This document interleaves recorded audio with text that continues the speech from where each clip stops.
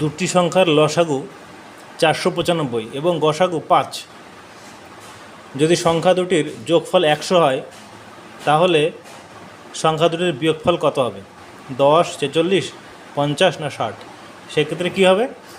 এক্ষেত্রে লসাগু আর গসাগু যদি দেওয়া থাকে তাহলে সেই অঙ্কটা মনে করুন করা খুব সহজ। মানে লসাগু গসাগু দিয়েই অঙ্কটা হয়ে যাবে। অর্থাৎ গসাগু দিয়ে লসাগুকে ভাগ করলে সংখ্যা দুটির আনুপাতিক গুণফল বের হয়। যেমন এখানে লসাগু দেওয়া আছে 495 আর গসাগু 5। তাহলে আমার প্রথম কাজ কি, এরকম থাকলে লসাগু গসাগু দেওয়া থাকলে অঙ্কটা মনে করুন সোজা আছে, কারণ কি গসাগুতে লসাগুতে ভাগ করে দিতে হবে। লসাগুতে ভাগ করলে কত হয়?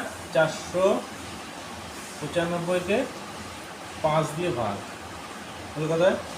5 × 45, 4, 5 × 45 কত? 99। 99 সংখ্যাটাকে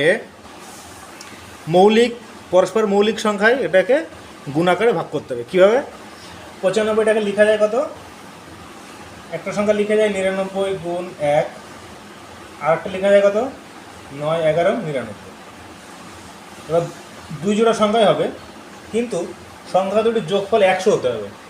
এবার 99কে যদি 5 দিয়ে গুণ করা হয়, কারণ এই দুটো সংখ্যাকে যদি গসাগুতে গুণ করলে সংখ্যা বেরোয়, তাহলে একটা সংখ্যা 5 বেরোবে, আর একটা সংখ্যা 95 গুণ 5 মানে 495 বেরোবে। দুটো সংখ্যার যোগফল তো 100 হচ্ছে না, তাহলে এইটা বাদ।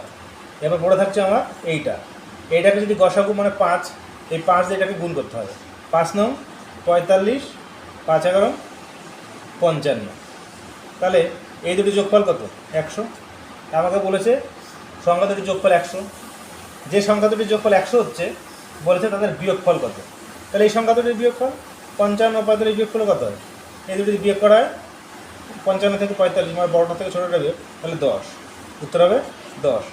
সেখানে উত্তর হচ্ছে এ। সঠিক উত্তর 10 এ।